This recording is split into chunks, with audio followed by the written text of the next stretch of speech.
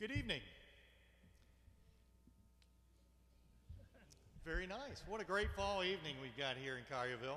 My name is Dave Nelson. I'm the chairman of the Collierville Chamber of Commerce. And on behalf of our Government Relations Committee, our Chamber's Board of Directors, our Chamber staff, we'd like to welcome each of you here for our 2012 debate. This is the first of two scheduled debates that we have in 2012, and your attendance is greatly appreciated. Tonight's debate will be done in two sessions.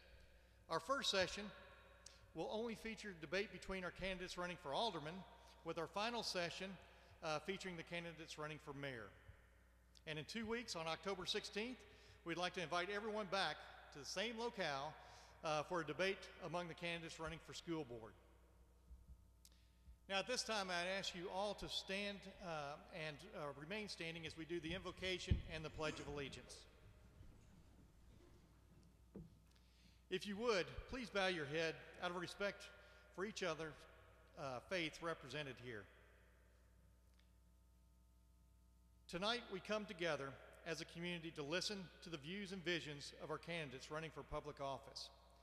As we pray for candidates all around our great country, tonight we offer special intentions for our own local candidates.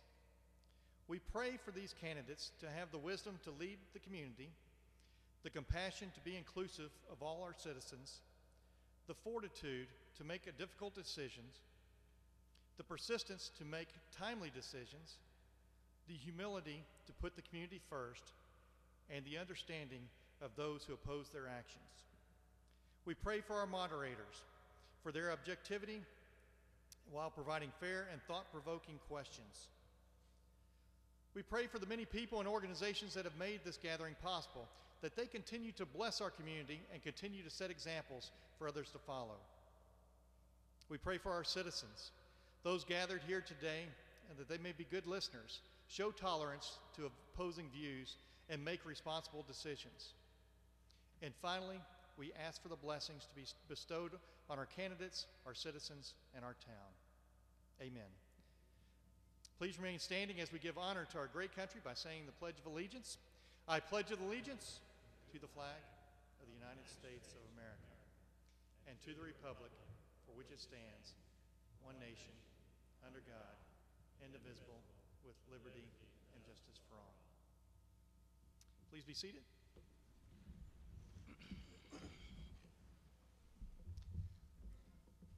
The Collierville 2012 debate is brought to you by the Collierville Chamber of Commerce, along with our partners, the League of Women Voters, Leadership Collierville, the Collierville Educational Foundation, and Main Street Collierville. Of course, a civic event of this magnitude couldn't be possible without the financial support of our sponsors, and at this time we'd like to recognize them. Our gold sponsor is A3 Freight Payment. Our silver sponsors include the Collierville Rotary Foundation, Curtis Printing and Signs, Classic Party Rentals, and S&S Investment Companies. Special thanks goes to the Shelby County Schools and to our host tonight at Collierville High School, the principal, Dr. Russell Dyer. We'd also like to recognize Keith Salter with the Collierville High School, as well as Mickey Hudson and his students, who are our technical engineers tonight. Mr. Hudson and his students have assisted us over the last few weeks taping the candidates and their interviews, and these will be broadcast on Monday, Wednesday, and Friday, starting tomorrow, on Channel 19 Comcast, Channel 99 UVerse. You can see the interviews of the candidates beginning at 10 a.m., running for about 2.5 hours. They'll run concurrently, and then again at 7 p.m. on those channels. And I'm also happy and pleased tonight to see our students, engineers out here as well, working this and taping this program, as this debate will be shown later on Thursday night, this Thursday at 5:30 p.m. Again on Comcast, Channel 19, and on UVerse, Channel 99. Now I'd like to welcome to the stage Peg Watkins, the president of the League of Women Voters, to come up and explain our format tonight. Thank you.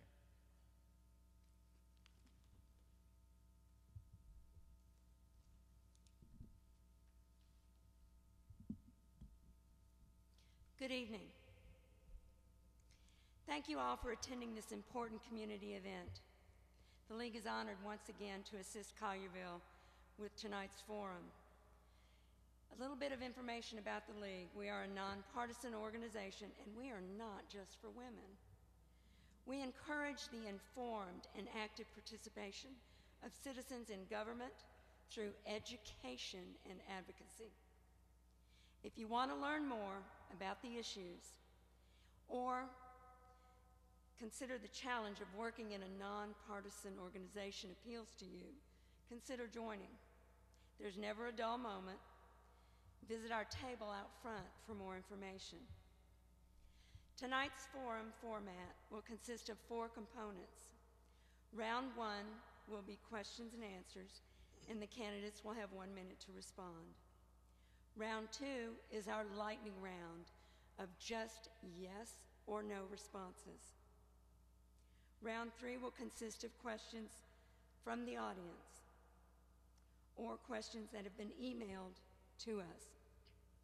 Round 4, the candidates will share their closing remarks. We couldn't do this without our League team. League members assisting tonight are our timer, Carol Strong. Want to wave? She will be timing the responses of the candidates, and she will be holding up a yellow card of 15 seconds and a stop card, which is pretty self-explanatory. Judith Davis will be our question screener tonight. Her job is to make sure that questions received from the audience are issue-oriented. No personal, redundant, challenging, or derogatory questions will be accepted. If you don't hear your question asked because of the time restraint, please stay after the forum and speak with the candidates. Barbara Williams and Rita Harris, also League members, are in the audience with index cards and pens for those who may wish to submit questions. They are somewhere around. At this time, I would please ask you to turn your cell phones on vibrate or silence. It is very distracting for the candidates to hear noises coming out of the audience. And please do not applaud until the forum is over. The candidates have drawn numbers to decide the order in which they will respond to questions. They have also, we will go in reverse for the closing remarks. Remember, candidates, you have 1 minute to complete your response. Mr. Shelton will go first. Collierville has over 480 employees. What qualifications do you bring to provide oversight needed? Please cite both educational experience and experience in the workforce. I have a degree in business from the University of Tennessee. I run my own business with my stepfather, so I have a great deal of experience handling every different kind of account you could think of, from large corporations all the way down to individuals. So I think, my experience just with dealing with all different types of companies and individuals will help me with the town of Collierville and its employees. Thank you. Mr. Hardiman. Okay, thank you. Well, I have a BBA from University of Memphis. I have an MS from Christian Brothers, then the Honor Society in both places. Christian Brothers asked me to stay on and teach in the grad school for another 11 years. I've done that. I've been in IT 47 plus years, starting when I was 3. And then I've been at FedEx 27 years. I've served as an advisor to the chief scientist of the U.S. Army on graybeard panels, for which I've received government big plaque citation and so forth. I have a lot of experience in high tech. I'm a high tech guy. I still teach advanced computer courses, and I've had a lot of experience in management, large multi-million-dollar projects scattered across the United States. So I've got a wealth of experience I bring to the table. Thank you. Mr. Lott. I have been on the board for 20 years and have worked with all the departments and so forth. Before I came on the board, I was in, well, not before, but while I was on the board, I was in business for 43 years, and actually worked in the glass business for 50 years. So over the years, when I was 25 years old, I was sent to Washington, D.C. to run construction jobs up there, and the youngest man I had working for me was 50 years old. And if you think when you're 25 and tell someone 50 years old how you want things done, try it sometime. But after I'd been up there for a little while, they figured out that this young man, being from the South, they didn't know how to take me or what to do. But anyway, I made it great. And when I left up there, I had three job offers up there to stay, and I told them, I said, no, I'm going home. So as far as management's concerned, being in business for myself, and Mr. Worley. As a private business owner, I've had my business since 1976. I've had employees and subcontractors totaling around anywhere from 50 to 250. We met payroll on a weekly basis. Did construction of 40 to 60 houses a year. We were able to manage that, dealt with the managing of it, the selling of it, the financing of it.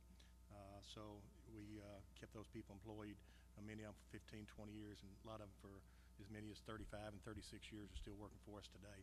So longevity means a lot to me. I think the employees that I work with, we go on a first name basis, and you got to take care of your employees, and they take care of you. Thank you. Next question. How would you encourage desirable business to locate in Collierville? Mr. Lott. well, with working through the chamber and through the board and so forth, we are always looking for reliable businesses, and when we do have the opportunity, we feel like we have a good team to go out and work with them and encourage them to come. And with this in mind, we have had several corporations move their headquarters into Collierville, and Schilling Farms is a good example of that. And we just had one here in the last month to move their headquarters. They're starting their building. So we feel like we work extremely hard trying to get things put together to get corporations to come to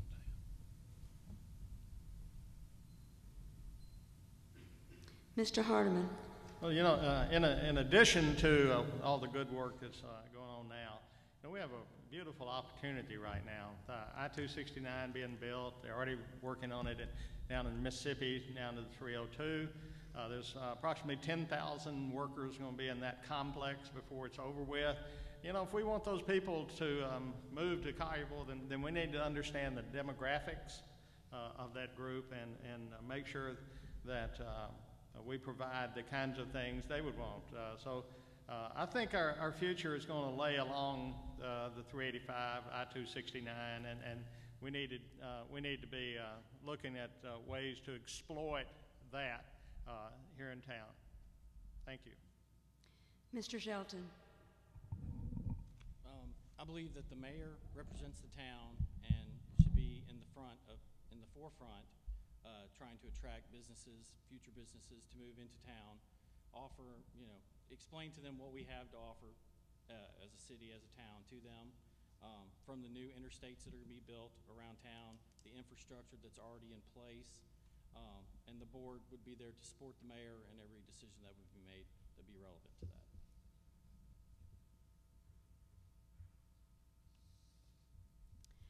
Regarding Collierville's ethics policy, do you feel it is sufficient, or should it be changed in any way?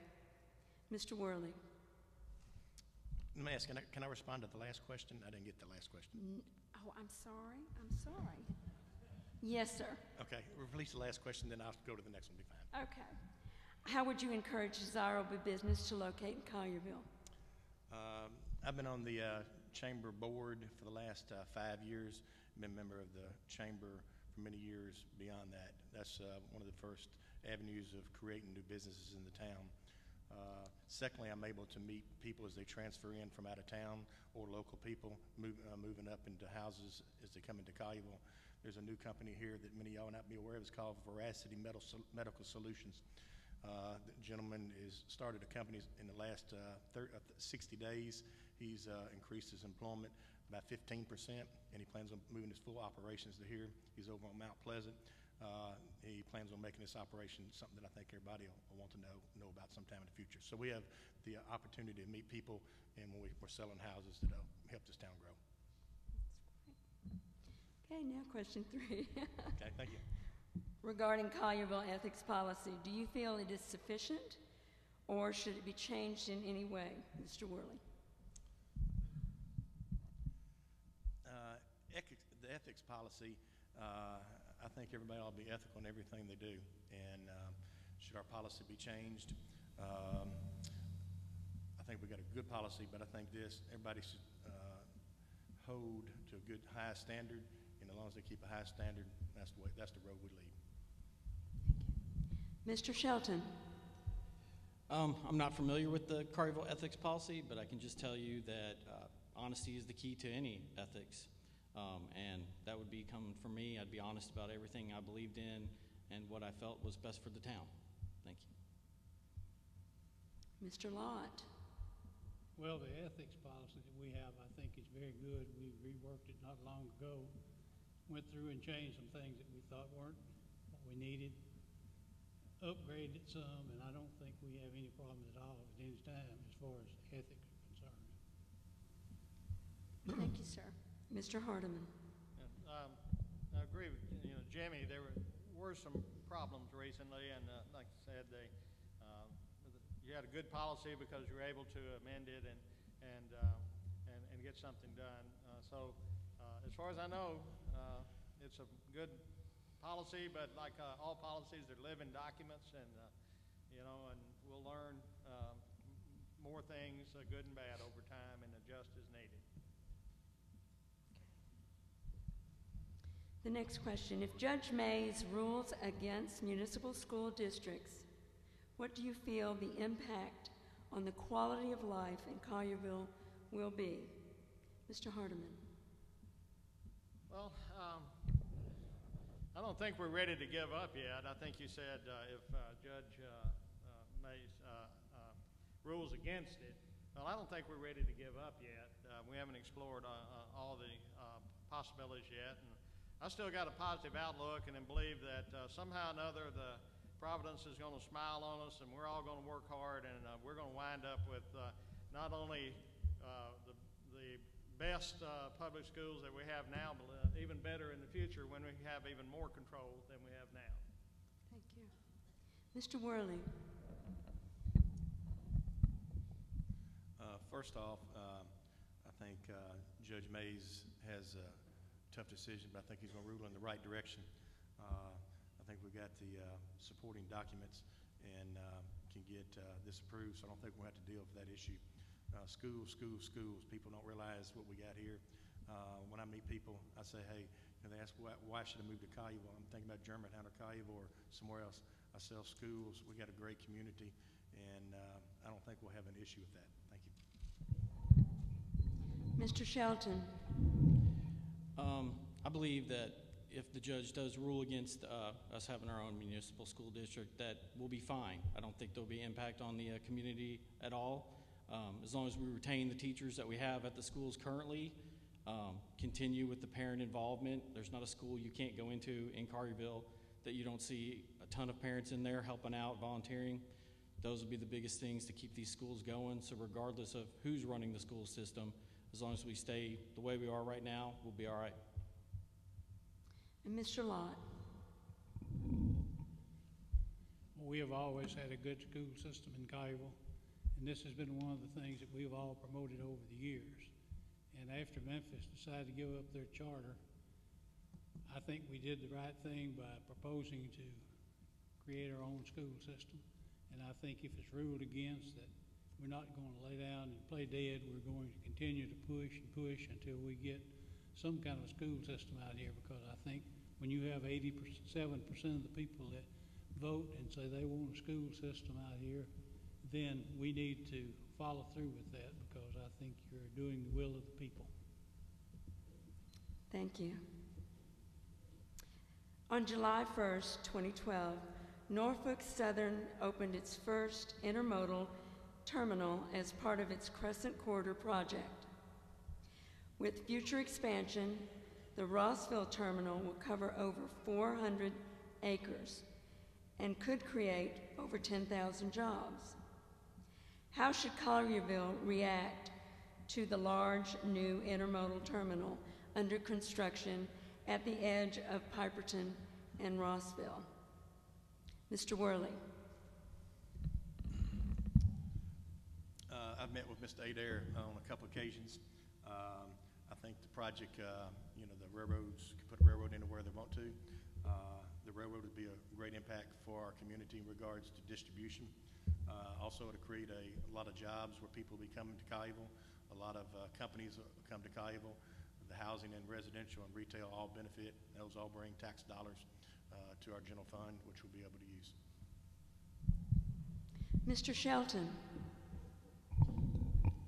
I think it'd be very beneficial to Collierville. You'll have people wanting to be closer to their jobs, so they'll want to find housing, so they'll look at Collierville first. You'll have people eating in the restaurants, visiting the stores, coming to town. With the interstates coming through, you're going to have increased traffic out that way, but you'll have an ability to take our industrial park and expand it and offer more businesses a chance to come into Collierville, which will benefit the whole city. Mr. Lott. I think with the intermodal coming into town, or not really coming into town, but coming into Rossville, is going to benefit Collierville more than any other area around here, because we already have the housing starts and the opportunity for people coming into town that are going to want to live here. And this is another reason we want to keep the school system the way it is, because I think this has always been the secret to why Collierville has grown. And I can see us expanding. I can see us drawing more business of different sort, trade. And the more business we draw, the better we are, because that puts sales tax into our coffers, and we need that. Mr. Hardiman. When you have an opportunity out there, you need to do a marketing study. I mean, we can't just sit around and wait for the angel to tap us on the shoulder. We need to understand the demographics of the kinds of businesses that are coming in, the people that are coming in. Do we have housing here that is affordable to that particular demographic? There's a lot of work that needs to be done, but we need to be proactive in leading, because if you ain't the lead dog, the view don't ever get no better. The fire and police department are among the 10 different departments serving Collierville. What, if any, changes would you wish to see in those departments? Mr. Shelton. I believe both departments are in good condition. Crime is not an issue in the town of Collierville, never has been. Officers are visible all over town. Fire department, there's one basically in every little corner of town, so you don't really have to worry about that issue about them coming out to your house. They've been to my house before, quickly. So it's not an issue at all, and I think it's in good shape. Mr. Hardiman.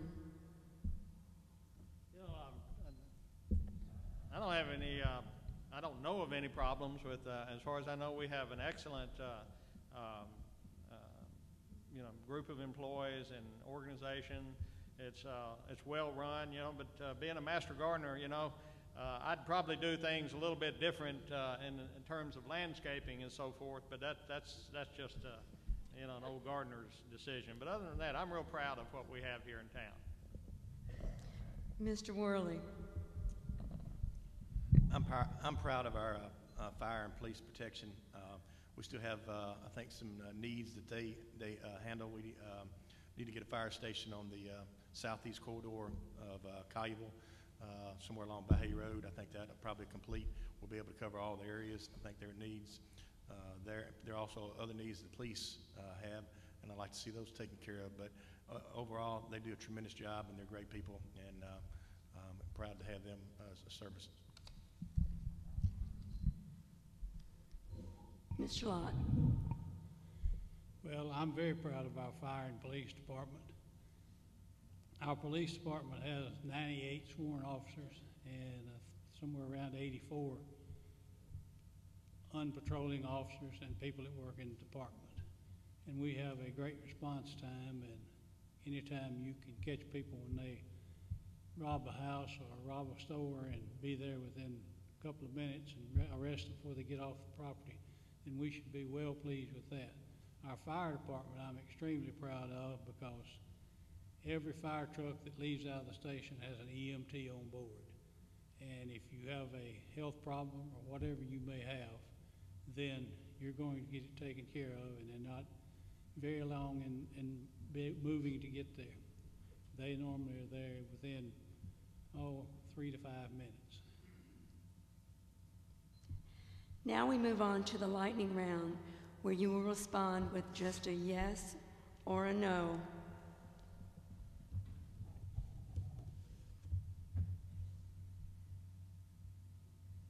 Mr. Lott, is the increase in sales tax sufficient to pay for a Collierville school system for the next several years? Yes. No? Yes. Yes. Thank you, sir. That was real quick. I couldn't hear it. Sorry. I'm sorry. Mr. Hardiman. I'll say yes, but I've heard some numbers that are different, but I'll say yes, because that's all you can say, yes or no. Mr. Worley. Yes. Okay. And Mr. Shelton. No. Okay. Memphis City school teachers are currently in a union, while Shelby County teachers are not.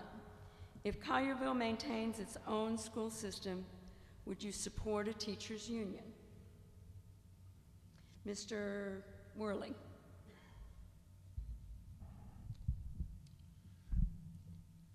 Yes or no? This is one I would like to explain. Yes. Well, that comes later. I would say yes. Okay. Mr. Hardiman. I'm going to say yes with the same disclaimer. Mr. Shelton. Yes. And Mr. Lott. I go along with yes, but I'm with the rest of them. I think we need to have time to talk about it. Next, yes or no? Do you support an appointed superintendent? Yes or no? Mr. Hardiman. Yes. Mr. Lott. Yes. Mr. Worley. Yes. And Mr. Shelton. Yes.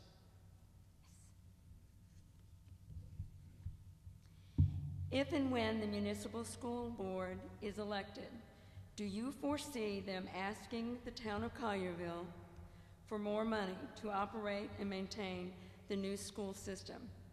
Yes or no? Mr. Lott. No. Mr. Shelton. Yes. Mr. Hardiman. Yes. And Mr. Worley. No. Okay, thank you. This ends that round. Now we move on to questions from the audience.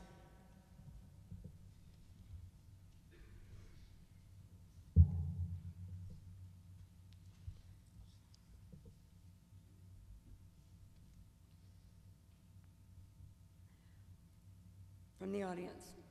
Why are there no gas stations or grocery stores in the Wolf River Byhalia corridor? Mr. Hardiman. The short answer is zoning, right? We'd have to change the zoning. So I think someday we'll have something out along that corridor going west out of town, but right now, I mean, the answer is no, right? Mr. Worley. Basically serving on the planning commission for 5 years. I recused myself on a particular vote of a gas station on Wolf River Boulevard. Requires not just zoning, requires a conditional use permit. So I had property across the street, so I recused myself. But so each location needs a conditional use permit. Mr. Shelton. There's no gas station there because the families that live in that area don't want one. There's no need for one. It's a residential area. We don't need a gas station in that area. You got Poplar Avenue. There's plenty of gas stations up along there. So you can go out Wolf River, take Houston Levee, and head out that way towards Briarcrest. There's a gas station out there. There's no need to put something like that in the middle of a town where there's houses and kids walking, running, and playing. Mr. Lott. I'm like Mr. Worley. I was on the Planning Commission when this came before the Planning Commission. I recused myself because I could see the way the decision was going. We were going to vote on it as far as the aldermen were concerned. And if I have a case like that, I always recuse myself so that I have an open mind when it comes before the aldermen. But I think the plan out there was good, but I think when the residents say they don't want it and you got to have a conditional use permit, then we need to listen to the resident and do what they say. We are all proud citizens of Collierville. Recently, questionable actions of the Park Commission has taken the pride and led to a TBI investigation. What actions need to be taken to secure our pride and reputation in Collierville? Mr. Worley. Can you repeat the first part of that, please? We are proud citizens in Collierville. Recent questionable actions of the Park Commission have taken that pride away and led to a TBI investigation. What actions need to be taken to secure our pride and reputation? I'm proud of the reputation town of Collierville has. We got to remember that everybody here is a potential volunteer on a board, and to be attacked on those boards is not something anybody wants to have. Each person needs to do their due diligence, study a project. If we can't handle our own problems within, I don't think that we need to go outwards. If something is going wrong, yes, I do believe it should be an investigation. But some things get out of hand and get ridiculous, and just don't run our volunteers off to do a good job. But if people are doing something wrong behind the scenes, it needs to be taken care of. Thank you. Thank you. Mr. Shelton. There just needs to be a little more oversight as far as what's being used for the town equipment, where it's stored. Keep better track of that. You can't monitor your employees 24 hours a day. There's just no way to do that. So just a little bit more oversight, pay a little bit more attention to what's going on and what's being used. Mr. Hardiman.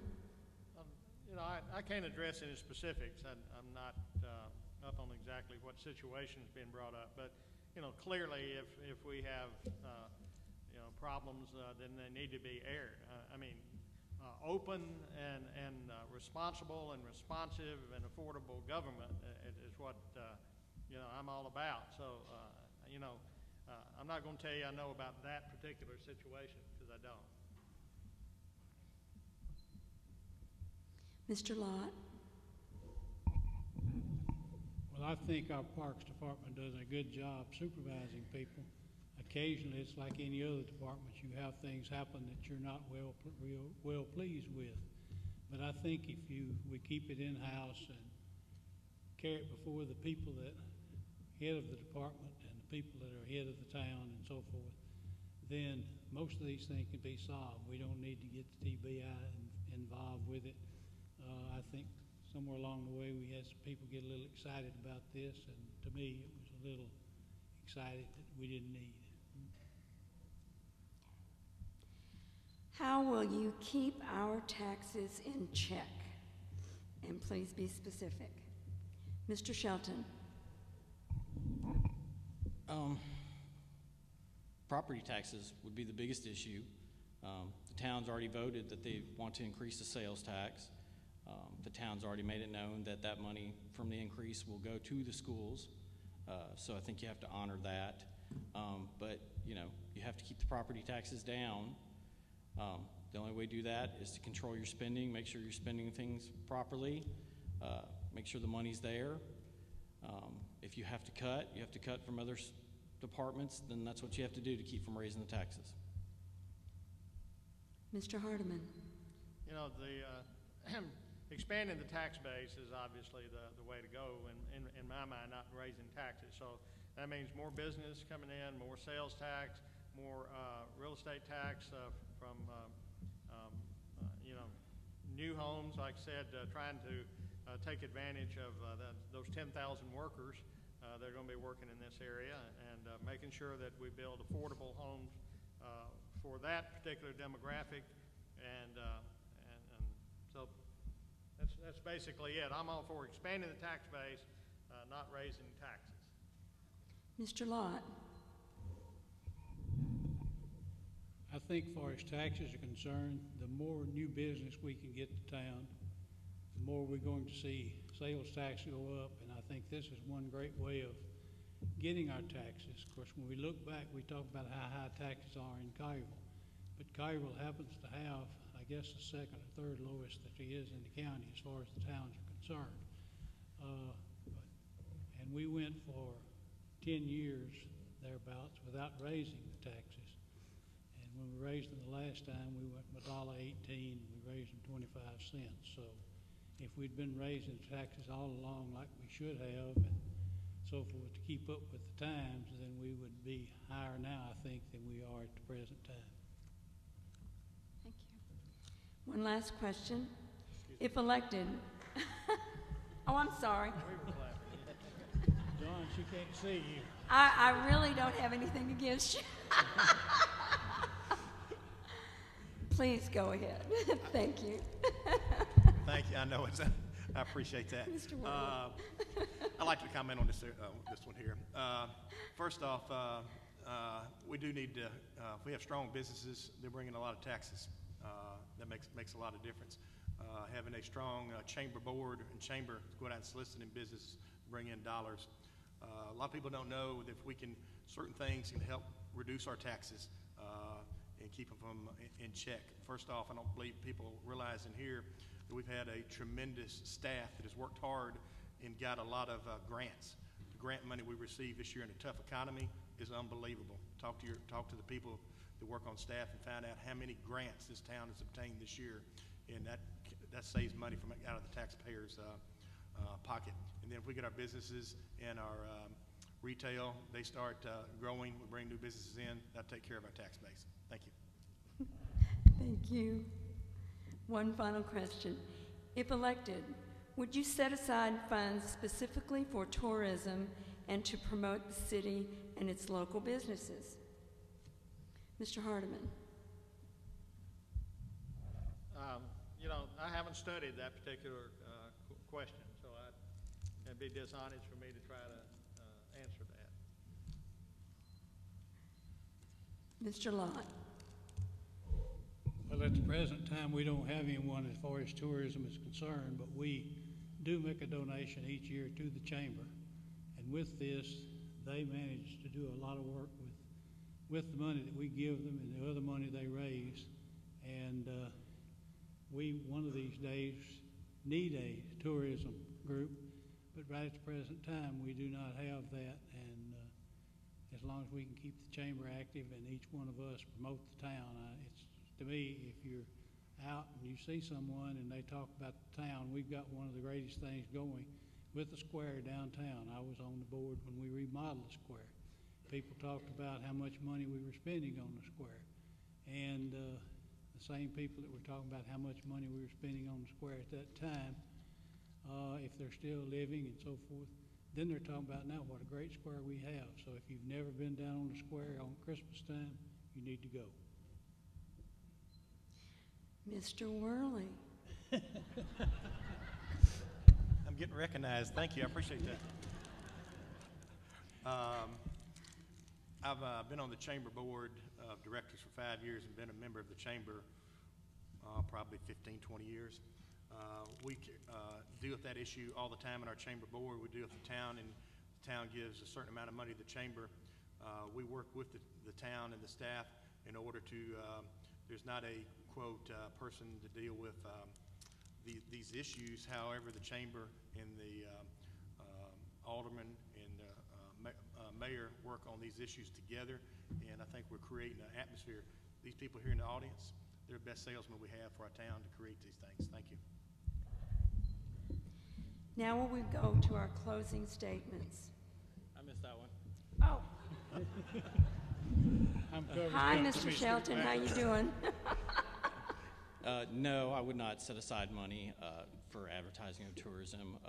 The best thing you can have are the citizens that live in the town, that go out and talk to other people about the town, where they live, what's going on in the town, whether it's going to the square or going to the fields for sporting events or going to the parks or any of the arts that we have. They're your best advertising for anything.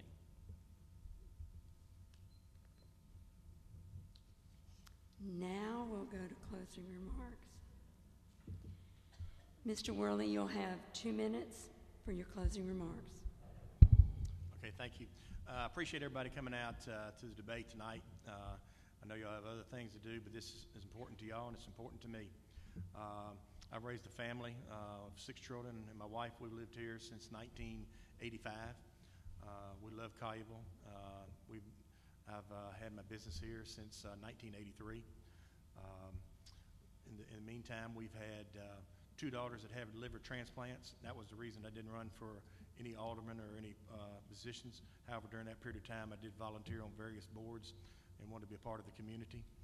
I've served on the Planning Commission since 2007, and I was vice chairman for the last 4 years. I was been on the chamber board for the last 5 years.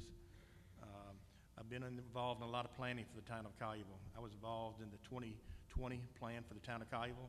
Just got off the committee planning Collierville for the 2040. I was on the I-269 committee and met with all the residents in the southeast quadrant of Collierville, decide what needs to go in there as we bring I-269 in.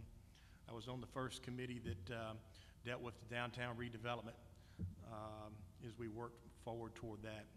People don't know we had a committee also that dealt with the alignment of Houston Levee Road from Shelby Drive down to Goodman Road.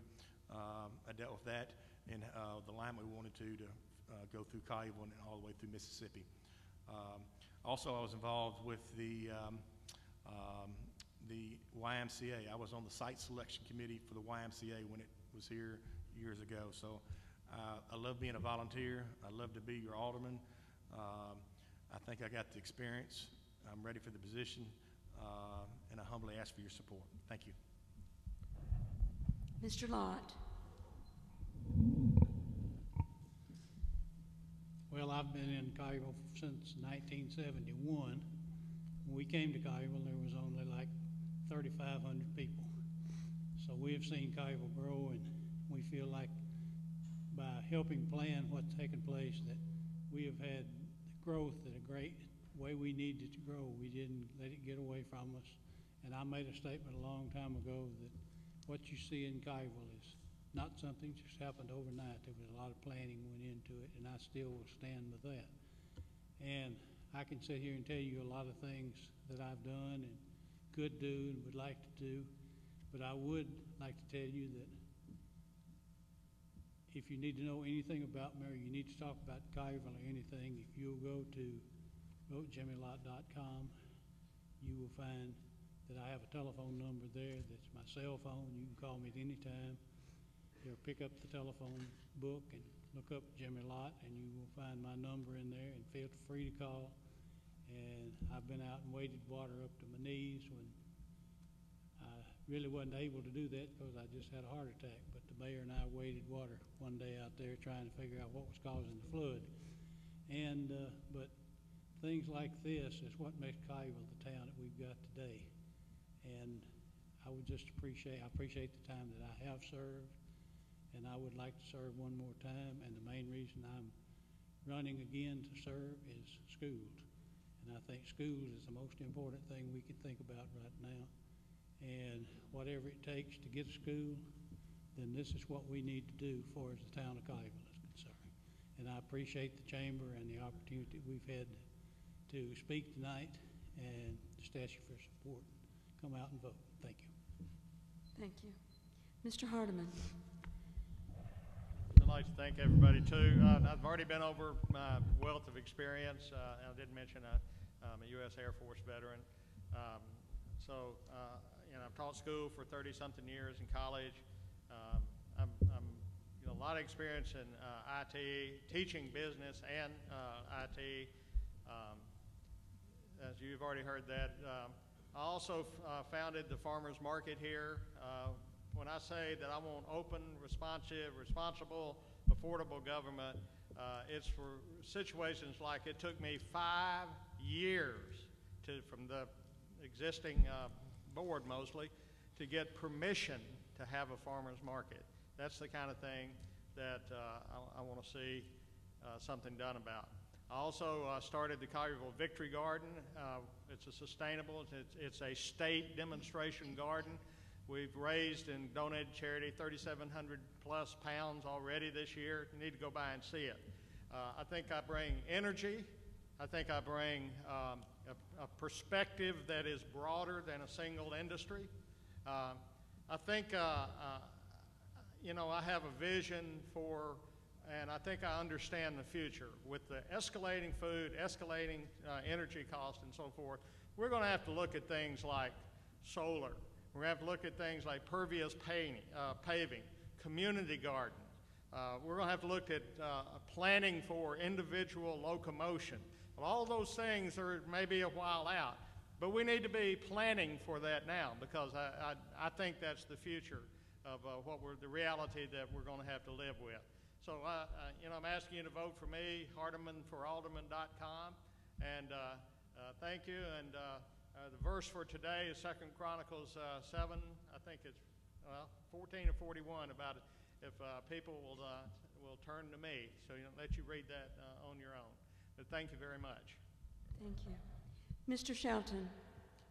Thank you to the Chamber and the League for putting this on. I'm not a career politician, don't want to be.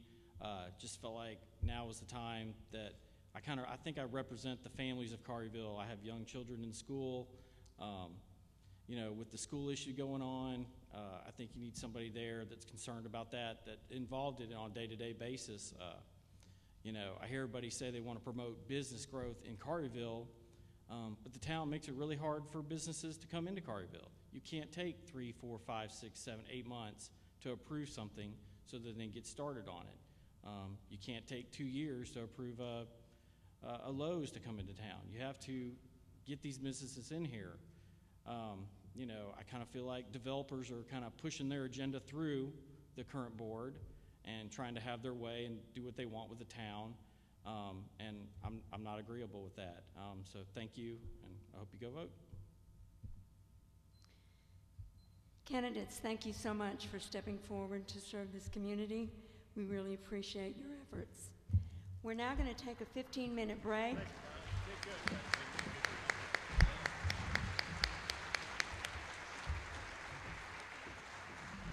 Please come back for the mayoral candidates debate.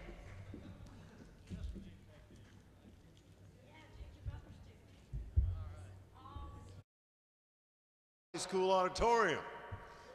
We're fixing to have a debate, or at least an interesting conversation between our candidates for mayor, so I want to invite you to come on and get a seat, and be sure to make yourself comfortable. And if you have a question that you'd like to ask the candidates, we have League of Women Voters ladies here with cards and pens, and they'd be more than happy to take down whatever it is. Well, actually, we want to invite you to write whatever your question is. And while we're here, I'm going to take a picture of the candidates for my website. Stand by.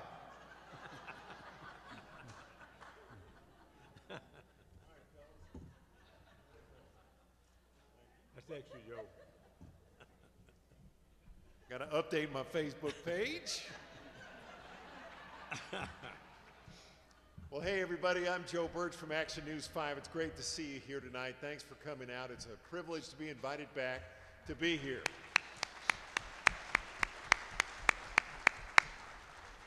I want you to know you're chairman of the Collierville Chamber of Commerce. Dave Nelson's a friend of mine. He and his wife Donna have been friends as he served on the Board of Trustees for many years at Christian Brothers University, where I graduated, and I winked at a girl in astronomy class in 1975, and she married me in 1983, and we have 2 kids who've now been there. So we're really blessed in a lot of ways. Also, I want to take one note before we start the questions, and thank you for your prayers and concern after my accident on July 17th. I'm getting all better, so thank God for that, and thank you for your prayers.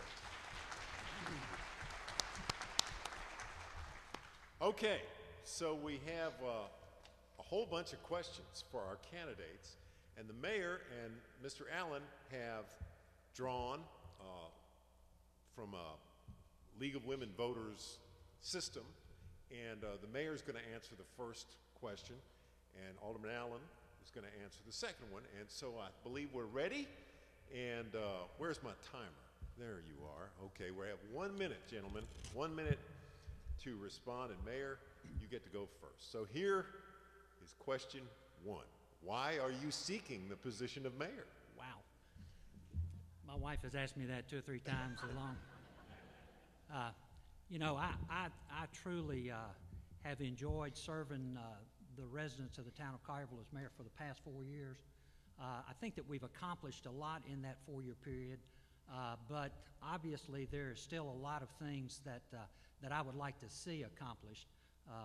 Right at the top of that list, obviously, is certainly the future of Collierville, and a sound future as being one of the premier communities in the region, along with the school situation. And of course, I've attended many of those meetings of the TPC and some of the Unified School Board meetings, and have gotten really involved in that and plugged into that issue. So it's something that at this particular time would be very difficult for me to give it up.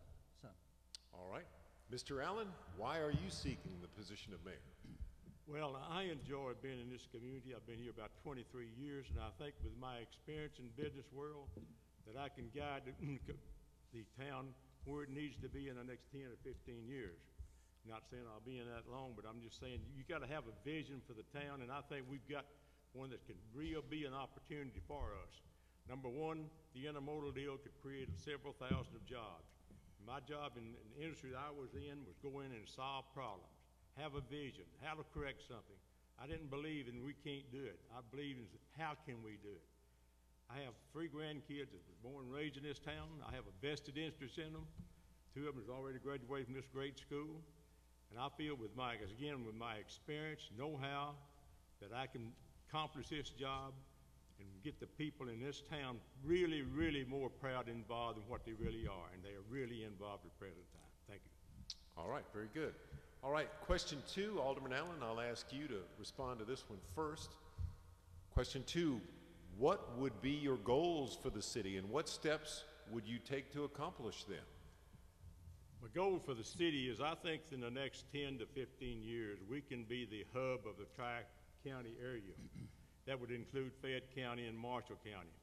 I think we have the potential, if the intermodal comes through like they say it is, that it'll create somewhere between 10 and 15,000 jobs according to the University of Tennessee study. We have the infrastructure to handle that type of situation. We have the school system. We have our own fire department, our own police department. We have our own planning department. We have everything that a business would be looking for. We're right here in the hub of I-69 and 385. We're close to the river. We're not 20 minutes from the airport. And we can make it happen if we have a vision and take care of that opportunity. And I think I can do that job for you. Mayor, question 2, what would be your goals for the city? What steps would you take to accomplish them? Well, very early on in my first term as mayor, I set out 3 areas of strategic focus. They are stewardship, safety, and service, and I've added an S to that, and that's schools. We are certainly the stewards of the taxpayer dollar, and we're also stewards of the land. We need to be very concerned about the services also that we provide for our residents, and also the fact that they need to live in a safe community. following that with the school situation, I think that the development and the pursuit of the municipal school system is a thing that will keep Collierville at that forefront and keep Collierville moving in the direction where people will want to come and to live here for the quality of life things that our past administrations have worked so hard to build and to protect. All right, Mayor, we'll ask you to respond to question 3. Looking forward toward 2013, do you see any signs of an improving economy in Collierville? If so, please explain. Well, I do see some faith in the community. I believe in the development community, and things seem to gravitate around new construction, new home building, and all the other things that make up a good, sound economy. Met a couple of evenings ago with some representatives of the Home Builders Association, and they see that confidence in the economy, and we are seeing some construction come back. And I was talking to another representative talking about yesterday afternoon about the availability of lots in the town of Collierville, and it's very low, the inventory of lots. So there is some things that we can do there that will help spur that, and I think again, that confidence in the community and people spending money and, pumping up the community is very important to us, and I do see that.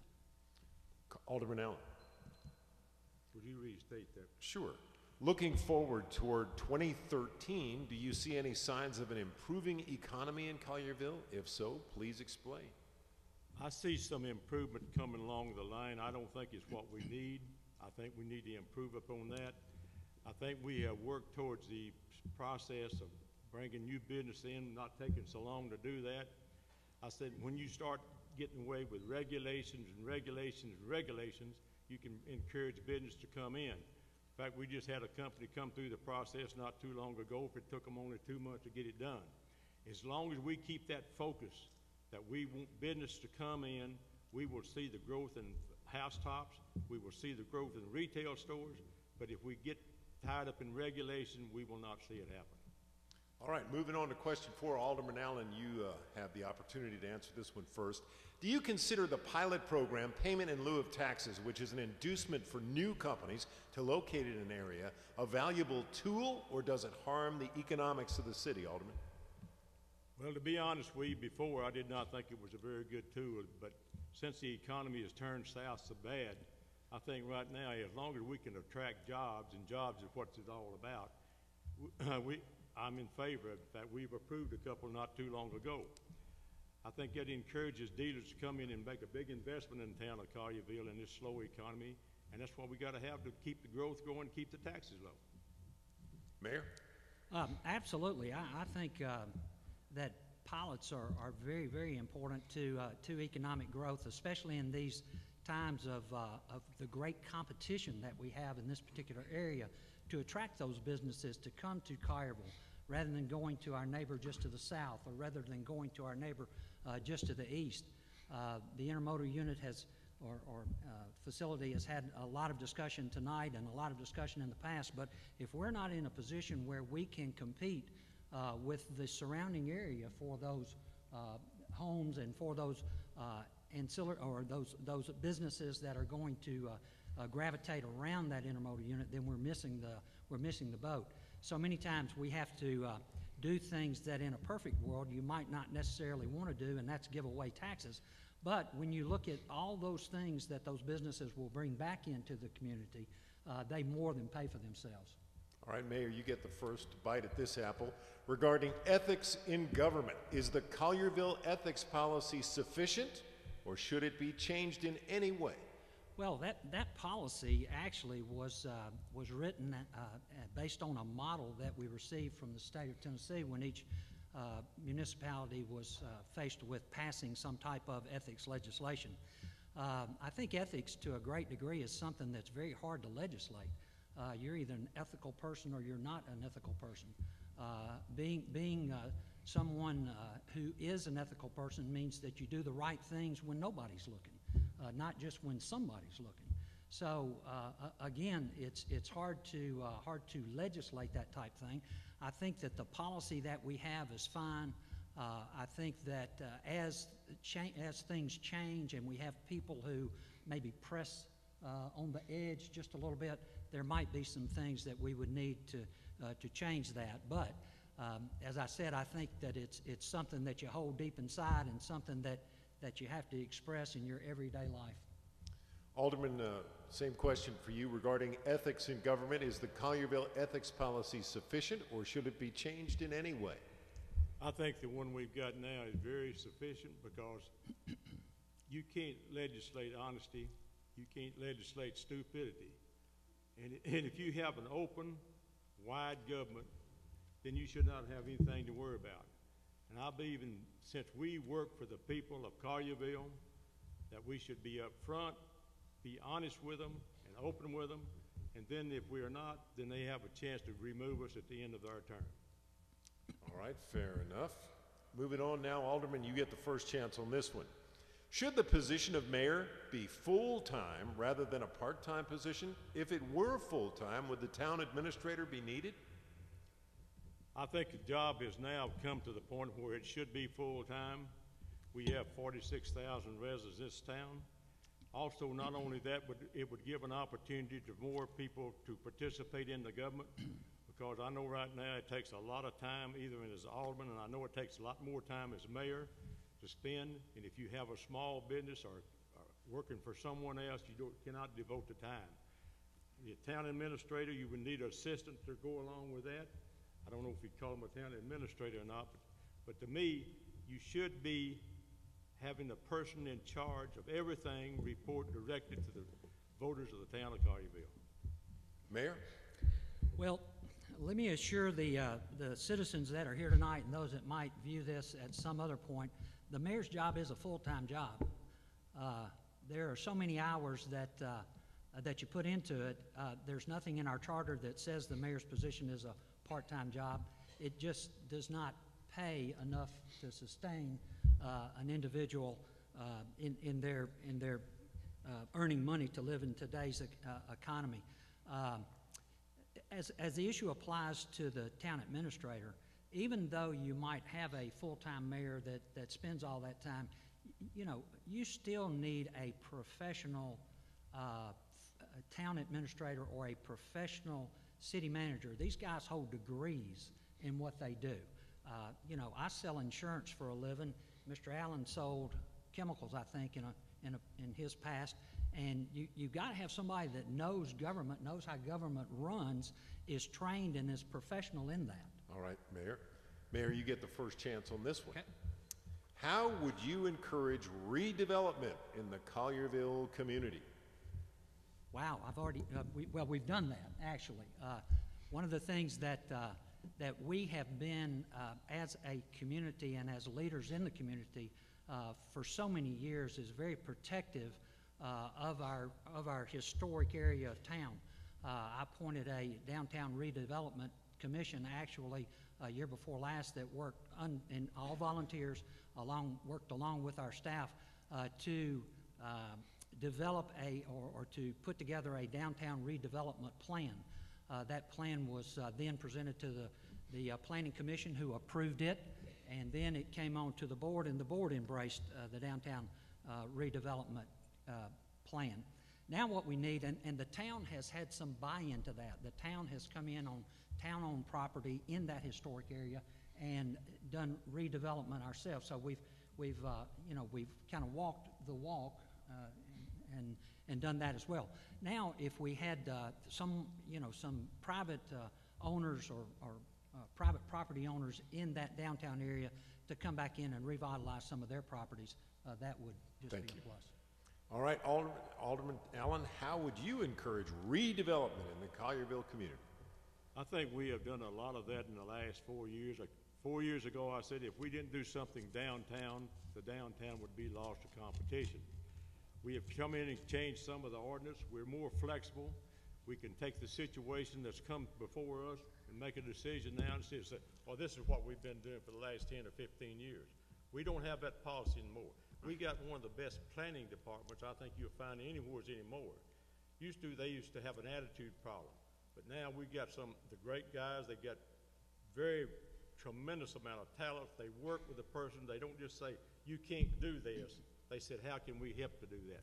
That's your biggest thing that I think of redevelopment is what kind of attitude do you have when people come into town and want to change an ordinance or something like that? We now are that flexible to do that. All right. Alderman, you have the first chance to respond to this one. This is about the fire and police department. They are among the 10 different departments serving Collierville. What, if any, changes would you wish to see in those departments, the fire and police departments? The only thing I can say about that is that we have the greatest police and fire department, I think, in any part of this region. In our police department, we have such specialists in every kind of field, even tracking, psychological, detective, you name it. Only changes I would make is make sure that we keep them competitive in pay, that we give them the equipment that they need to have, and that we make sure that that's our priority in this community is to have a safe community. And I don't think you can improve too much upon our police and fire department. I have attended the Police Citizens Academy, and believe me, folks, if you see what those guys go through, especially in the police department, you would take off that vest and run this as fast as you could in a different direction, because they put their life on the line every time they stop somebody. So I'm going to support them 100% like I've always done it in the past. All right, Mayor, fire and police departments are among the 10 different departments serving Collierville. What, if any, changes would you wish to see in those departments? Well, I would have to echo what everyone else has said tonight that's been asked that question. Obviously, there are two great departments. Our police department is an accredited agency, one of the few in the area. Goes back to 1995, I believe, and that's a 3-year program, so you do the math and the number of times that they have been reaccredited. If there was one thing that I think I would like to change, is something that we had to do a number of years ago because of back in 2007, 2008 budget years, that I would like to put back into the budget, and that's training dollars. One of the things that we took out of those budgets to try and cut expenses where we could were dollars that we used to send our guys to professional training, and they do a lot of training within, but I think it's good for them to get out and receive some professional training elsewhere, so I would like to put those dollars back in there. All right, thank you, Mayor. Mayor, you get the first chance on this one. Okay. According to Collierville's Development Plan 2040, a vision for your hometown, the population of Collierville is projected to grow substantially within the next 27 years. Do you believe that it is possible to follow the plan while preventing sprawl and providing for additional schools? Please explain. Well, yes, thank you. And I do think that as long as we follow the plan, that we will be able to do that. That would take us to full build out at about 85,000 is what we've planned for. And when I say planned for, that's probably what we can sewer right now. Of course, the town provides its own sewer treatment plants. That would be the only thing that would hold us back, I think, in that growth. I think that schools will have a lot to do with that growth. We do have some issues that will be hurdles that we'll have to face. One is the Wolf River on our northern border. There are only 2 access points to get across the river. Obviously, one's at Houston Levee. The other is at Collierville-Arlington Road. Those are both a long way from fire stations and a long way from City Hall. So there would have to be some allowance made on the north side of the river, some type of government facilities over there to house probably a fire department and maybe be a substation for a police department. Thank you. I'm going to repeat the question for you, Alderman. According to Collierville's Development Plan 2040, a vision for your hometown, the population of Collierville is expected to grow substantially within the next 27 years. Do you believe that it is possible to follow the plan while preventing sprawl and providing for additional schools? Please explain. Yes, you can follow the plan, but always any plan that you project in the future will sometime have to be tweaked. We've already found that out in some areas that people don't want sprawl to happen all over the area. So when you make a 2040 vision out there, you're always going to have some stuff that crops up that we did not expect to have. And if you have the right type of people that's planning and the people that's responsible for making the decision, then you can make those adjustments without tearing up the whole plan. I don't believe in always throwing it out the window just because you need to do it quickly. We're going to have a new school. We know that. We're going to have a new fire station, especially south. We can do that and keep our plans like it is as long as we keep in mind that we may have to do a little tweaking along the like they have done in the past 20, 30 years that I've been familiar with Collierville. Fair enough. All right. In 2040, I'll be celebrating my 62nd year at Action News 5, so hope you tune in. Just a baby. Be out here covering the debates. But the way the economy's going, I might still be working. All right. Mr. Allen, Alderman Allen, in your opinion, you get the next question, sir. You go first. In your opinion, what makes a good mayor? A good mayor is someone that's got the experience, that's got the dedication, that's got the vision, that's got the honesty and the openness to make sure that all the citizens that can walk through that door and be respected the same thing. A good mayor is to recognize everybody in Collierville, no matter where they make $20,000 a year or make $200,000 a year. You don't have any special interest groups. You don't have any good old boy system. You work for all the people in Collierville. Unless you do that, I don't think you can be a good mayor. And that's the type of operation that I've always ran when I was in business, that I was open. People didn't have any idea what I was going to say, but when I said it, it's exactly what I meant. I did not run backwards, and I meant with all of my heart that what I was saying was true and best of my ability at that time. Mayor Joyner, in your opinion, what makes a good mayor? Well, I think you're looking at it, so.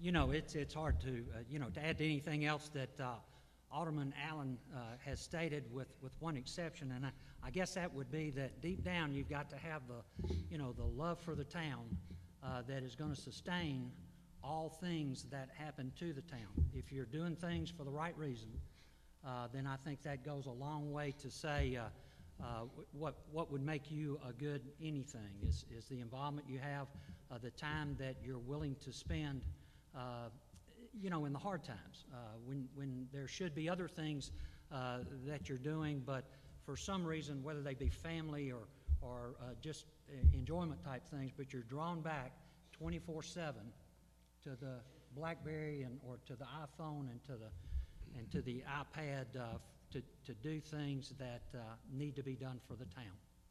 All right, thank you. Mayor, you have the first chance on this one. Question 12. What do you feel is the #1 issue facing Collierville in the coming year, and how would you handle it if elected? Well, can there be more than one #1 issue? There are a number of them, but I will say that the #1 issue currently that is taking up so much of my time and so much of our staff's time, obviously, is the schools. We are pressing forward with the board, the entire board and the community is pressing forward with a never give up, never surrender type of attitude. As I understand from attending all the meetings and talking to our attorneys and talking to Senator Norris and Representative Todd, who authored Chapter 1, that in August of 2013, the moratorium on municipal school districts is lifted. And that has already been ruled on by Judge Mays. Now, we may not make it by August of 2013, but when the moratorium is lifted, our charter gives us the right to have a municipal school. I, as mayor, will press forward with that, and we'll go until we're permanently stopped.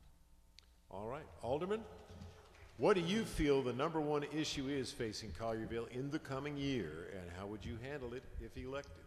Well, I agree with the mayor that school is probably the most important asset that we've got facing us.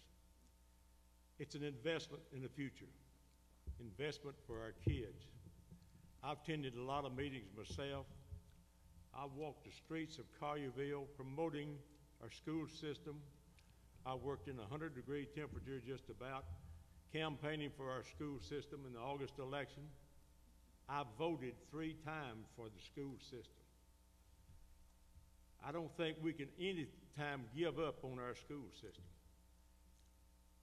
If he rules against us, there's a different court. And I would ask the people to support us, the board members, that we could go forward and carry it forward. If you lose an investment like school system, you lose the investment out of the heart of a community. And I don't believe that we should run backwards on that challenge that's facing us in the next few months. Thank you. All right, Alderman, you get the first chance on this one. From time to time, citizens express concern regarding crime in the community. What changes do you think are needed to better protect and serve the citizens of Collierville? I don't think we have as many problems with crime as you may think. We have some petty arsenic or breaking in, stuff like that. But with the police department that we've got, I don't see that becoming an issue because they've got a plan that they put the policemen where, and they can track it now where the crime is beginning to start. And then they saturate that particular area.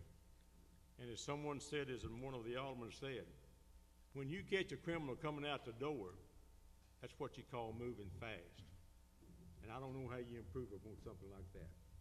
All right, Mayor, from time to time, citizens express concern regarding crime in the community. What changes do you think are needed to better protect and serve the citizens of Collierville? Well, and I would echo what Alderman Allen says. I think that we do a great job in crime fighting in the town of Collierville. I think that our men react in the way that they're trained, and that is top-notch in those situations. Again, it seems that many of the crimes are petty type of crimes, larcenies, break-in vehicle. They're opportunities of crime. One of the philosophies that our police chief has is that the first thing he would like a visitor to see when they get to the city limits of Collierville is a police cruiser. And I agree with that type of philosophy, to let people who are visiting know whether their intentions are good or whether their intentions are not good. To let them know that the Collierville Police Department has a real presence in the town of Collierville and that the law is going to be enforced.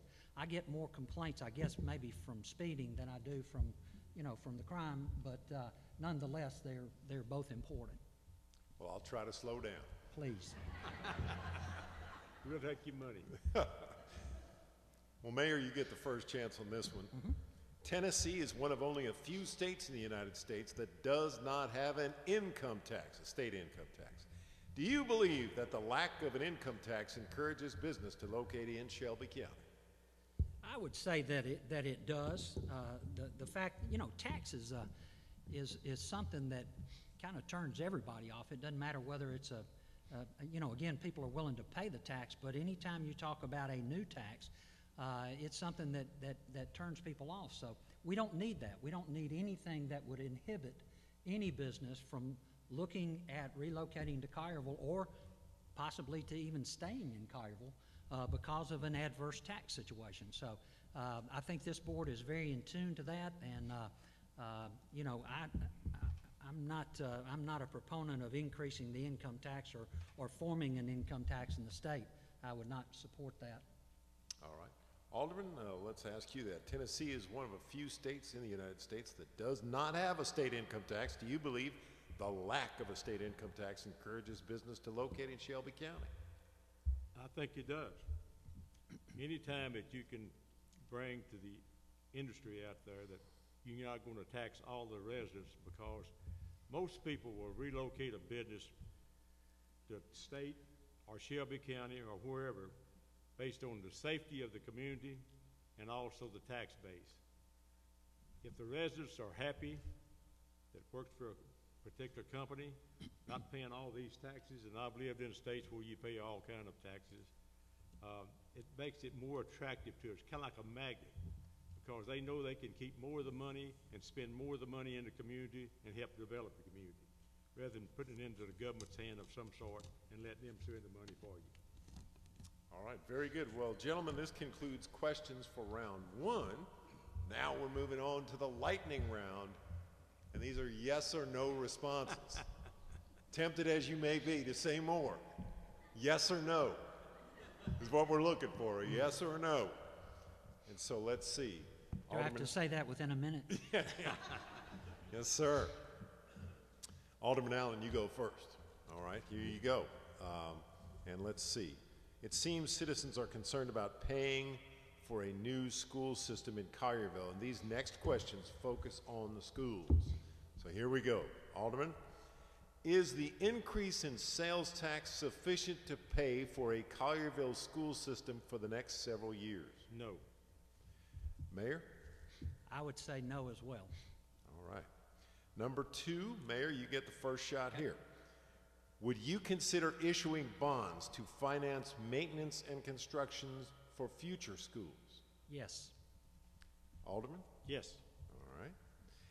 All right, Mr. Allen, you get the first shot here. Memphis City school teachers are currently in a union, while Shelby County school teachers are not.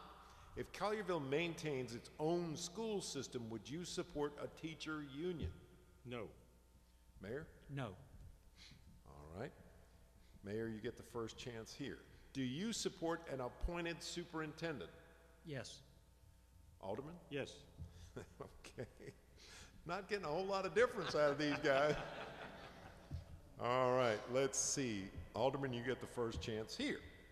If and when the municipal school board is elected, do you foresee them asking the town of Collierville for more money to operate and maintain the new school system? Yes. Mayor? Yes. All right, all right. Very similar questions, similar responses. So now we move on to round three of the questions, and we have a number of them from our folks in the audience. And so I'll go with the stack that I had up here, and I've got a nice healthy stack here. Let's see if I can read your writing. All right, and I think Alderman, you go first on this one. Let's see. What can the town do to prevent all the truck traffic from intermodal from coming through town and down Poplar Avenue? Alderman? We can redirect if it does happen like that, and I don't think it will because they're building interstates and roads south of us. But we can direct it around town to follow 385, just like a lot of communities throughout the country say, this is the truck route. You do not come down through the town of Collierville unless it's for unloading or picking up product within the town that's relates to the business here in town of Collierville. All right. Mayor, what's your stand on all that traffic from intermodal coming through town and down Poplar? I think I don't think that it will take that route. I would agree with Alderman Allen on this. I think that the folks that are that the railroad and the developer of the intermodal unit has built a special road actually to bring that truck traffic, because it'll be heavy truck traffic in off of Highway 72 on actually down in Mississippi. I think that we'll see some pressure on 385, probably maybe a little pressure on Shelby Drive, and maybe even into the future. I'm talking about on years down the road, a highway, I think it's 302 that's in Mississippi, which is Goodman Road, that will take them in from the Mississippi side. I'm probably a little bit more concerned about the number of trains that will be going through the middle of town than I am actually the truck traffic that's going to go to deliver it. They'll take the routes that. Time, sir. Thank you. Yeah. Thank you.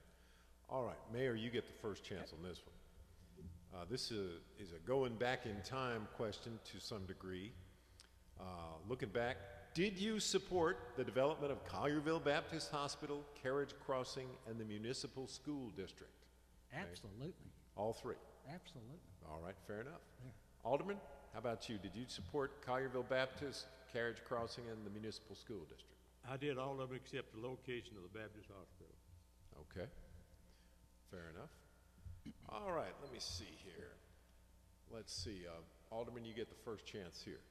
When will Collierville have a senior citizens center for all the seniors we have here, for size of our city, we have nothing compared to other surrounding towns in the area.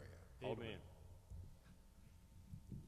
We should have one, I'd say, within the next 2 years, because the old gymnasium up at the middle school is going to be reworked, and our plans are right now is to have a senior citizen building up there, and that's been one of my priorities for the last 18 months, because as the town people gets to be more seniors like myself, they need a place to go where they are safe, they can do the things they want to do. We spent millions of dollars on other parks and stuff like this, but we haven't spent anything on seniors, and I think we'll get it done within the next 18 to 24 months. All right, Mayor, what do you say about a senior center? I want to take just a minute and go back and finish the question about the routes. I think Poplar Avenue would stop truck traffic too much for it to use that Poplar or Highway 57 to get into the intermodal unit. So I think that issue is going to solve itself. I think that the Senior Citizen Center has been a priority for all of us, for the entire board, not just one particular member of the board. It's something that there's been a need about. I recognized that 4 years ago when I became mayor, when a citizen approached me about that possibility. Of course, a lot of things have unfolded since then. The biggest issue that we had then was available space. Where would we locate it? Where would it best serve the community? Alderman Allen is correct in the thought that the gymnasium of the old middle school or the old high school offers an ideal location for that, although I know that some residents are not satisfied, some seniors are not satisfied with that location, or it's been expressed to me, so we may have to work on that some more. All right, thank you, sir. All right, let's see. Mayor, you get the first chance here. Talk about schools again. If the judge says that Collierville cannot have its own school district, do we still have to pay the state sales or the sales tax increase? Yeah, we passed that. We passed that by referendum. I believe it passed 78% in favor, and it became effective actually yesterday. And in fact, I talked to some merchants out in the hall before we came in that actually remembered to increase that on their software. So they're not behind; they're ahead of the game.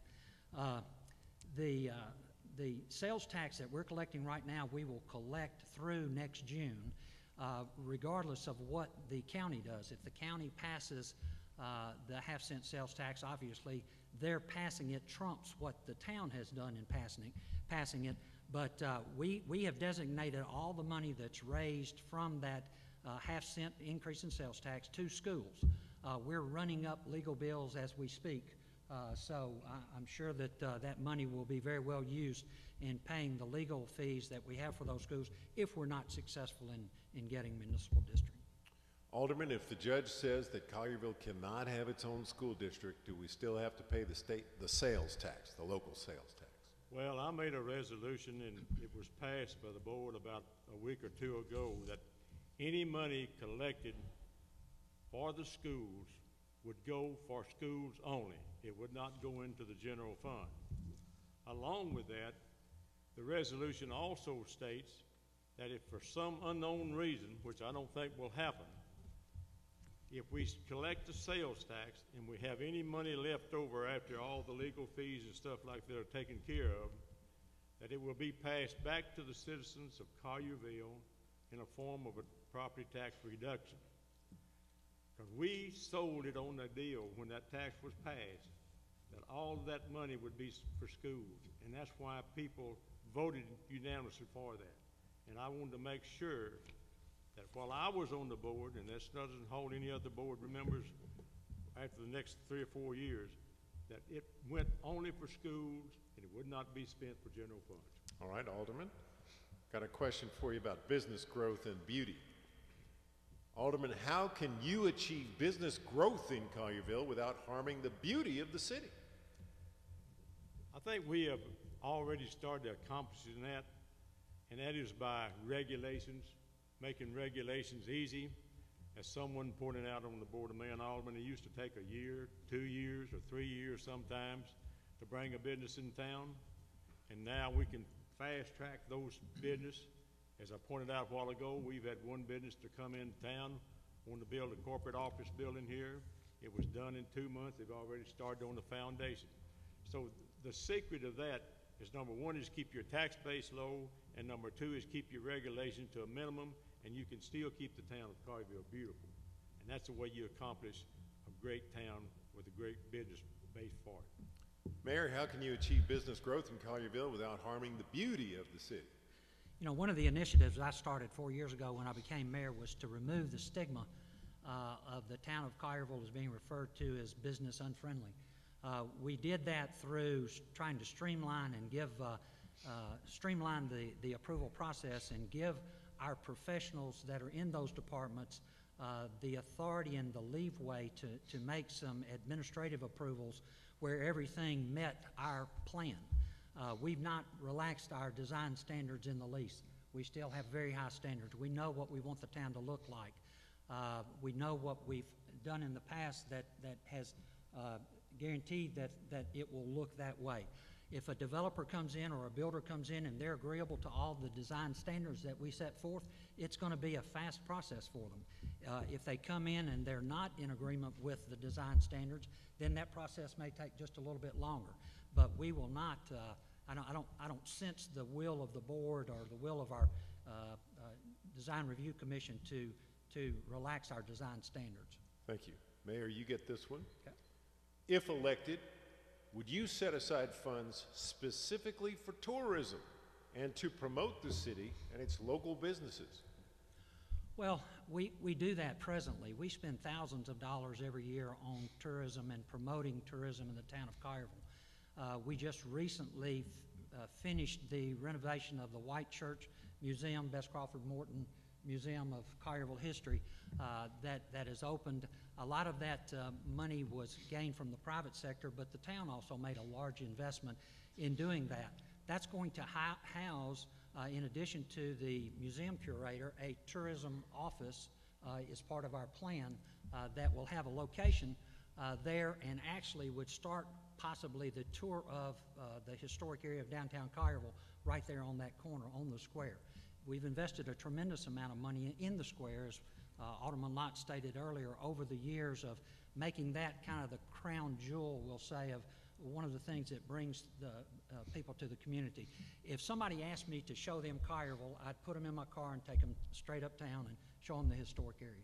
All right, Alderman Allen, if you're elected, would you set aside funds specifically for tourism and to promote the city and its local businesses? No, because we already spend hundreds of thousands of dollars on tourism. As the mayor pointed out, we have the Morton Museum, we have the Square, we have the 4th of July celebration, we have the Arts Council that brings in a lot of people from out of town for plays and things of that nature. We have the Christmas tree lighting, we have ball games. So the town itself spends a lot of money on tourism, but sometimes we don't get credit for it. And I think we have done a great job along that line, and I don't think we can hire any person that could do a better job than what the town itself does with the staff that we got.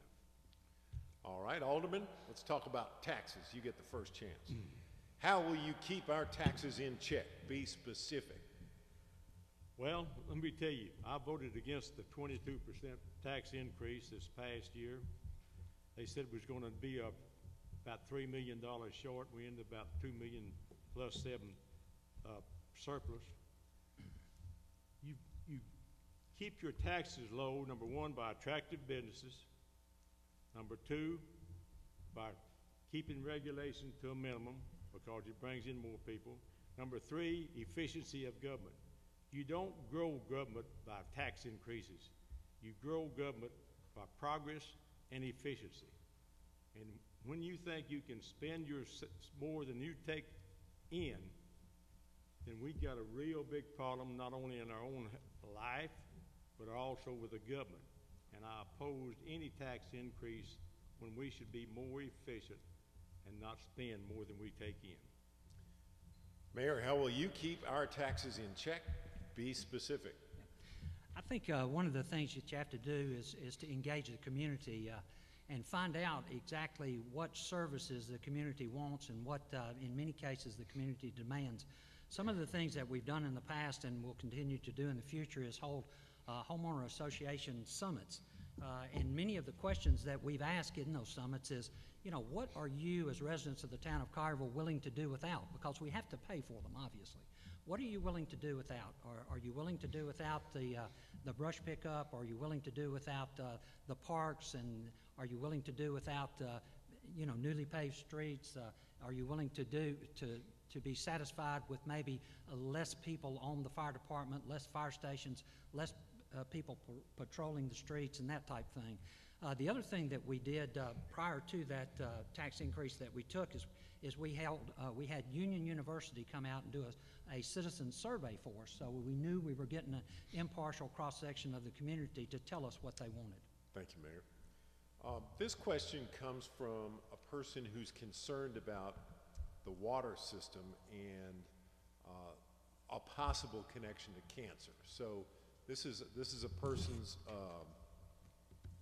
inquiry, okay? At Action News 5, we do a little homework before we'd ask you this one, but I'm just taking this from the card here, so. And I guess, Mayor, you get the first chance at this one. Great. Many people are coming up with cancer in Collierville. I have read about the water system and possible problems with wells polluted. Can you elaborate about this situation and possible solutions? Sure. You know, we're very, very concerned about the quality of the water. We pump and treat our own water for our residents, obviously, as you all know. You know, each year, or actually each day, we're providing tests on that water constantly to see what the quality of that water is. Every year, we publish a water quality report that's mailed out to every resident in the town, telling what limits of what's in the water, what limits of things that may be harmful to the water, what might be in there. There was one well that we had an issue with. There was some TCPs that showed up in a well over close to the carrier plant. That was able to be scrubbed out of the water, and it was safe for consumption. But then we had chromium show up in it from old Piper Smalley Superfund site, and as soon as that showed up in that well, we closed it immediately, and we no longer use that well for residents for drinking water. Thank you, sir. Alderman? Well, I agree with that. We test the water very often. We send it to the state and have them to test ever so often. I think some of it may be because of the chromium work that's they're doing out close to the carrier plant where they're having to take up a lot of soil where there's chromium contamination, but that's going to be hauled off to a disposal site for hazardous type material. I feel that the Collierville water safe is probably about as safe as any of it throughout the country. I know, being in the chemical industry, I know that sometimes you can add a little bit too much calcium or something like that to make it taste a little bit different. But calcium itself does not hurt you. So I think we've got a very good safe water system back here. All right. Now, I believe when we drew straws earlier, Alderman, you had the first chance at the beginning. So I believe the mayor should have the first chance in closing statements. Is that right? I think it's Alderman Allen. Oh, it's Alderman Allen's first chance? I began. Oh, okay, okay. I apologize. That's okay. All right, so we're going to go to closing statements now, and you have 2 full minutes if you want to use that long. You don't have to use the whole 2 minutes, but it's out there for you for a closing statement. So, Alderman? Well, I just would like to say that I appreciate the opportunity to be here tonight. And I feel that with the experience that I've had throughout industry in my life, that I can manage an operation of this size, especially with the school system coming on. It was my responsibility throughout my career as a manager to go into 4 different districts throughout the country, from Colorado to Florida, from South Carolina to Texas, to clean them up and make them profitable. I'm a very physical, conservative individual. I oppose tax increases. I believe in efficiency. I don't believe in excuses. I don't believe in that we should try to intimidate somebody that if we're going to raise taxes, you're going to have to give up something. We have not given up anything. We would not have to have given up anything even if it is. And my philosophy is that we have a spending problem, not necessarily a revenue problem. Anytime government starts exceeding the income that it comes in, you start looking for efficiency and looking for ways to bring growth. That's what I've done in career. my career. Several of us invested in a division of Allied Chemicals several years ago. 28 of us and some executive from E.F. Hutton. The division had lost $50 million a year prior to when we bought it. We turned that division around in 5 years through efficiency. I used to travel a territory that covered about 3 or 4 states. My assignment was to cover about 10 states, do it instead of with 15 men to do it with 5 men. Government can be more efficient than what it is today, and that's my goal. Efficiency, no excuses, and take the responsibility for any mistakes you make. All right, thank you, Alderman. And Mayor, you have 2 full minutes. Thank you.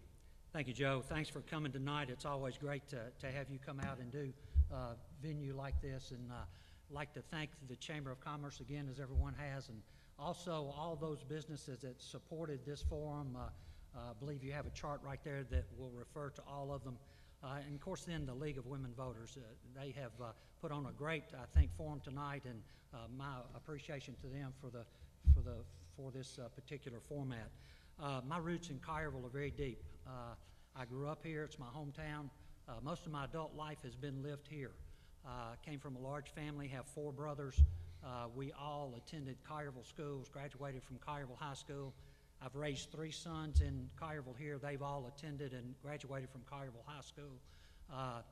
Have brothers that have been very active in town government in the past and that are active in the community today.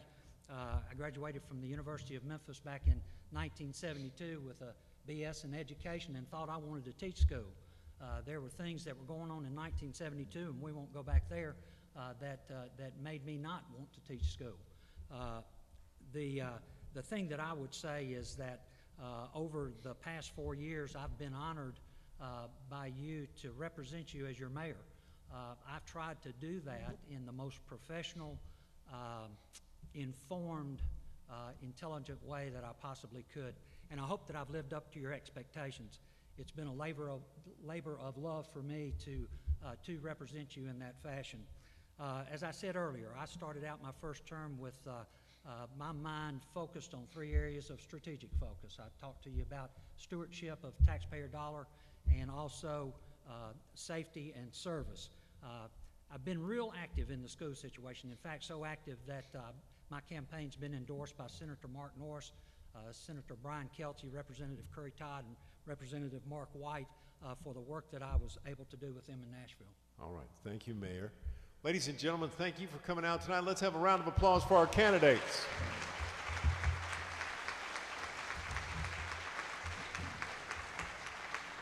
Want to invite you back in 2 weeks. 2 weeks from tonight, we'll have all 15 candidates for the school board.